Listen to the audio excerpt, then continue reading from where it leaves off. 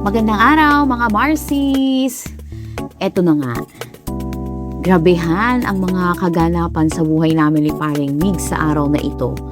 Kasi ba naman, from 9 a.m., kami ay nasa labas na ng bahay para sa mga ilang activities ng church.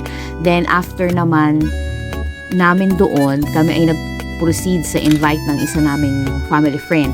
Then, tsaka pa lang kami nagkaroon ng moments to discuss things, plans and schedules para sa mga araw ng papasok na week. Ayan, so technically, yung outfit namin ay from sunrise to sundown. Ganon. Kaya walang amo yan ha. Gigigil ako. Oo, ganyan. Buti na lang hindi ko kami naaamoy dito. Ano? Huy, mabango kami. Mabango. Oo. Ayan. So, mga Marcies, honestly, yung mga ganitong labas at usapan ang pinaka-paborito ko sa lahat eh.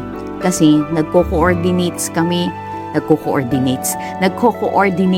ng mga ganap sa buhay para mas maging maayos yung flow ng mga bagay-bagay sa amin para sa buong isang linggo. Woohoo! Huy! Ayan. So anyway, but it's true talaga. Ito yung mga isa sa kaganapan ng buhay ko talaga na talagang I will always cherish. Yan. So, although ginagawa naman siya on a regular basis, tapos but the thing is, we have to be intentional talaga na gawin yung mga ganitong bagay. Ayan. And sa totoo lang, napaka-importante kasi talaga ng mga laging usapan namin ni Paring Mig sa mga sandaling ito. Oo.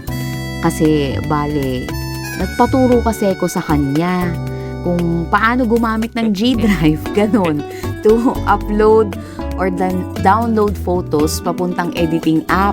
Paano ko tayo ikakamit sa G Drive ko?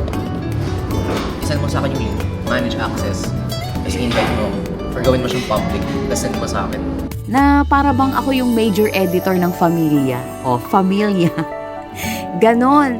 Ayan. So, syempre naman, pag ikaw may subscriber na 5, kailangan mong galingan tsaka pagbutihan, 'di ba? Kaya mag-aaral pa talaga tayo mag-edit niyan. Ayan. So, but on a serious note, mga Marcies, I really like it so much when we sit together, when we discuss life on a casual basis, and then events and many other things. Among all my human interaction as a person na involved sa iba-ibang real estate meetings, this one will always be my favorite. Talaga. Oo. Ayan. So, medyo yung energy ko dito mababa na. Tapos halata na din yung pamumula ng mga mata. Pero kasi kailangan ko talagang matutunan mag-G-Drive para dun sa 5 na subscriber. Kaya kahit pagod na tayo, ilalaban natin to. Ayan. Charot lang. Charot lang. Charot lang. I really love this I really love this moment talaga. Kaya kahit pagod, basta when my intentionality is naramdaman ko na intentional din yung anak ko or yung asawa ko, talagang kailangan maging present. Kailangan maging involved. Ayan. So, grace lahat ni Lord. No? Na-i-extend or i-stretch ni Lord ang ating physical na kalakasan. Ayan. So, paano maging present tayo sa buhay ng isa't isa sa loob ng ating pamilya. Ayan. So, pero kung isa ka, katulad kong nanay, working din, sigurado ko, yung mga usapang tulad ng ganito, dito ka pinakamasaya. Oo. Kasarap kayang namnamin na may gustong magkwento sa'yo, tapos handa ka din pakinggan. Diba? Kaya naman, wow!